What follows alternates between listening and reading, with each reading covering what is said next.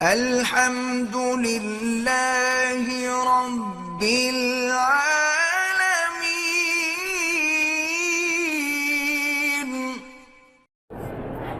میرا نام ابو بکر صدیق ہے۔ میرے لیے دعا فرمائیں کہ اللہ مجھے عمرے پہ بلائے، آمین، اور دین کا کام لے۔ بھئی یہ ایک سوال روزانہ اگر لکھ کے بھیجا جائے تو پھر ٹھیک نہیں ہے نا۔ ایک دفعہ جواب ہو گیا، بات ختم۔ میں انڈیا حیدرآباد سے ہوں۔ میرے بیٹے کا نام زید خان ہے جو 18 پارے حفظ کر چکا ہے۔ اللہ اسے باقی پورا کرنے کی بھی توفیق عطا فرمائے۔ میرا نام سارہ ہے، میں کراچی میں پڑھاتی ہوں۔ میرے 2 استاد اہل حدیث ہیں کہ میں کچھ ان سے مدد لے سکتی ہوں پڑھانے کے متعلق۔ ہاں لے سکتے ہیں۔ یاد رکھو کہ کوئی اہل حدیث نعوذ باللہ یہ کوئی باطل فرقہ نہیں ہے۔ ہم امہ اربعہ کے قائل ہیں، اور بعض علماء جو ہیں وہ اہل حدیث کو بظاہر سمجھ کے عمل کرنے کی کوشش کرتے ہیں۔ ہم ان کو باطل تو نہیں کہتے، لیکن اس میں کوئی شک نہیں کہ جتنی تحقیق ائمہ نے کی ہے اتنا وہ نہ کر سکے۔ میرے بیٹے بے روزگار ہیں، ان کو کہو استغفار زیادہ پڑھیں۔ میت کو دفن کرنے کے بعد اذان دینا قبر پہ بدعت ہے۔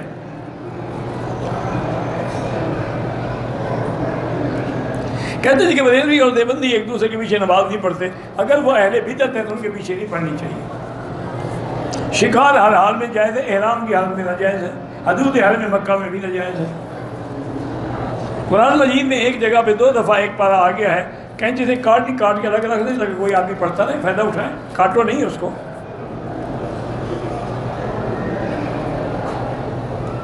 کہتے ہیں کہ میں چاہتا ہوں کہ میرا نکاح کے بعد صرف ولیمہ ہو، لیکن گھر والے فنکشن کرنا چاہتے ہیں تو اس کا گناہ گھر والوں پہ ہوگا، تم پہ نہیں ہوگا۔ تم ان کو بتا دو کہ فنکشن سب گناہ ہے۔ شاید دولہے کے لیے ضروری ہے کہ ولیمہ کریں، ولیمے میں آپ اچھے اچھے کھانے کھلائیں لوگوں کو۔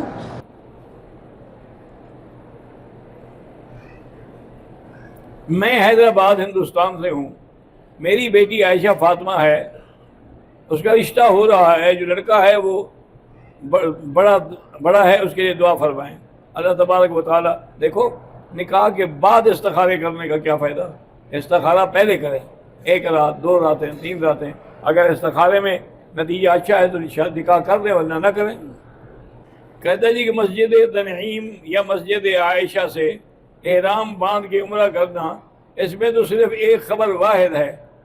یہ تو بی بی عائشہ نے تو بیماری کی وجہ سے احرام باندھا تھا۔ نہیں، بات کو سمجھو، خبر واحد۔ لیکن اب تم کہتے ہیں یہ حدیث نہیں ہے، تو حدیث تو ہم ہوئے نا، ہم تو خبر واحد پر بھی عمل کرتے ہیں۔ یہ جو نہیں کرتے ہیں وہ اپنے آپ کو حدیث کہتے ہیں۔ اصل بات یہی ہے کہ حضور نے حکم دیا تھا بی بی عائشہ کو کہ اپنے بھائی کو لے کے جاؤ۔ تنعیم چونکہ اقرب ہل ہے، حد حرم کے بعد قریب ترین جگہ ہے، وہاں سے جا کے عمرے کی نیت کر کے آؤ اور عمرہ کر لو۔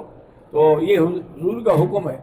حتیٰ کہ امام شافعی رحمۃ اللہ علیہ اور امام ابو حنیفہ رحمۃ اللہ علیہ کا آپس میں اس مسئلے پہ ایک اختلاف ہے۔ امام شافعی فرماتے ہیں کہ جیرانہ سے جو عمرہ کرنا ہے وہ افضل ہے، اس لیے کہ وہاں سے حضور صلی اللہ علیہ وسلم نے خود عمرہ کیا ہے۔ اور امام ابو حنیفہ فرماتے ہیں کہ وہ مسجد عائشہ سے عمرہ کرنا افضل ہے۔ انہوں نے کہا کہ وہ فعلی حدیث ہے کہ حضور نے عمرہ کیا، یہ فعل ہے۔ اگر اتفاق سے وہاں نہ ہوتے تو عمرہ بھی نہ کرتے، لیکن یہ تو قول رسول اللہ ہے جو قیامت تک باقی رہے گا۔